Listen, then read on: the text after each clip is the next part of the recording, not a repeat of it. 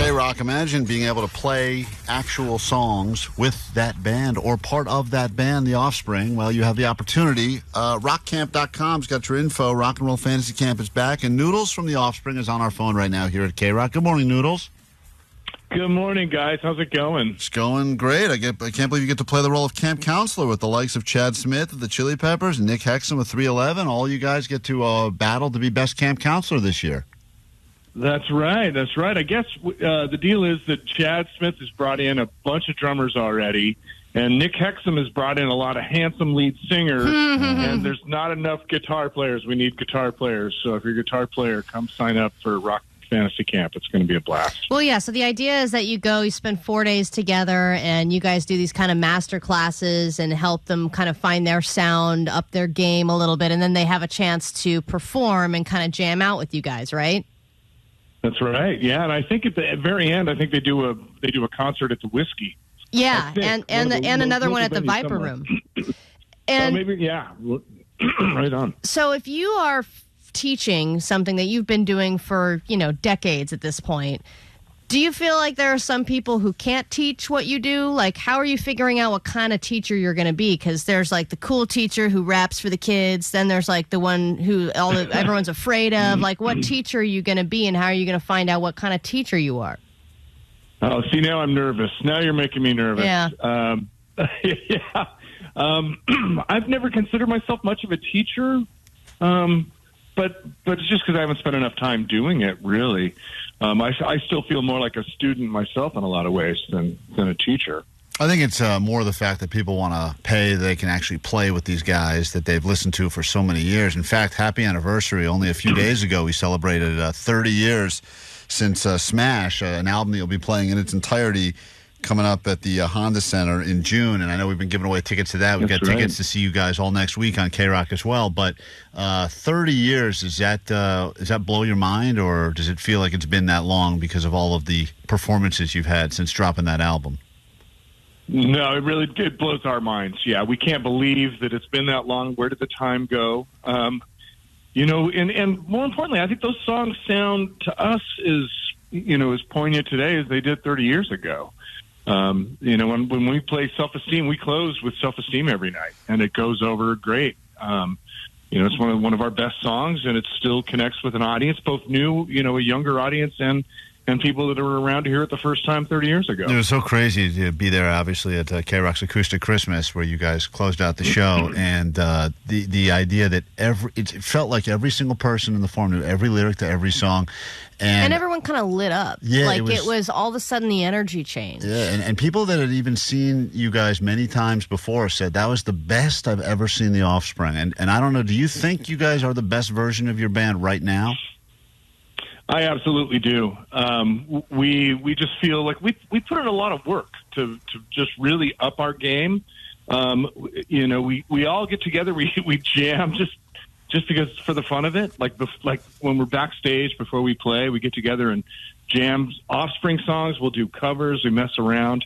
It just feels really good to be in this band right now. Everyone's stoked at how well we're playing. We're all happy to be here. I think that's the key. Just being happy to be there. You guys performing is a level of energy that I feel like a lot of bands don't have. And when you're kind of passing on that knowledge to the people who are doing the rock camp, is that something that is just in you, or is that something you can teach somebody to have that kind of presence? Because I feel like you, and then even 311 and the Chili Peppers, like everyone, you've got this presence that not every band has.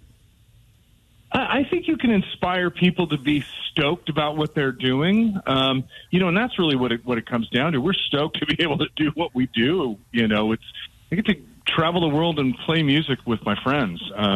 There's no feeling. And then when you connect with an audience, that's just, whoa, it's such a, that is a heavy experience. Not everybody gets to experience that. And that's, I think, the key for the campers in this case is they're going to get to experience playing music for an audience and connecting and sharing that audience, that vibe and that emotion with the audience. And will there be some sort of super group that gets created between you and Chad and Nick, where you guys create some sort of a 311 Chili Peppers Offspring hybrid band that comes out of this rock camp?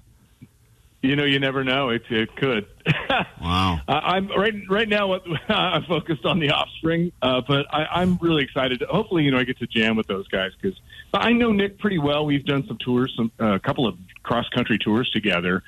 Chad, I've only met a couple of times, but just a sweetheart. So, I'd love to jam with those guys. Noodles, are you so good at guitar? I assume the answer is yes. Where you could, if any band needed you at a last minute, and they said, "Hey, could you have an open night?" Like you saw, Chad jumped up with the Foo Fighters, and I mean it's happened before. Do you think you could just hop on stage with any band and kind of figure out the songs on the fly, or would you have to really practice? I would need an afternoon to probably, depending on the song. I mean, if it's Blitzkrieg Bop, I can do that in my sleep. If it's I had to learn Rebel Yell recently for a benefit that I did, and that took some doing. There's a solo. I mean, Steve Stevens is a phenomenal guitar player, so that one took me some doing. But I love doing that stuff. I sat in with punk rock karaoke for a while. I had to learn like 65 songs in 2 weeks. Oh my God! To go out, and you never know which songs the fans are going to want to sing. So, and then you go out and play with them. I was filling in for Greg Hetson, who was out doing the Circle Jerks tour, and but thankfully he's back, and I can rest a little easy now with it. He's back in the band. But on the other side of it, if there's like a student that you see that's like insane at guitar, couldn't you let them play with you guys once, like a real show or something like that? Yeah. There's got to be like a prodigy that you might want to add into the mix at some point. I've done that. I've handed my guitar off to kids in the past. Like last time I think was a young girl. We went and visited this school. It was kind of like a school of rock for kids. It was in South Dakota, and so there was this girl that I knew could play, and she's like, "Let me play guitar." I'm like, "All right, come on up." Dexter's playing it as well, so.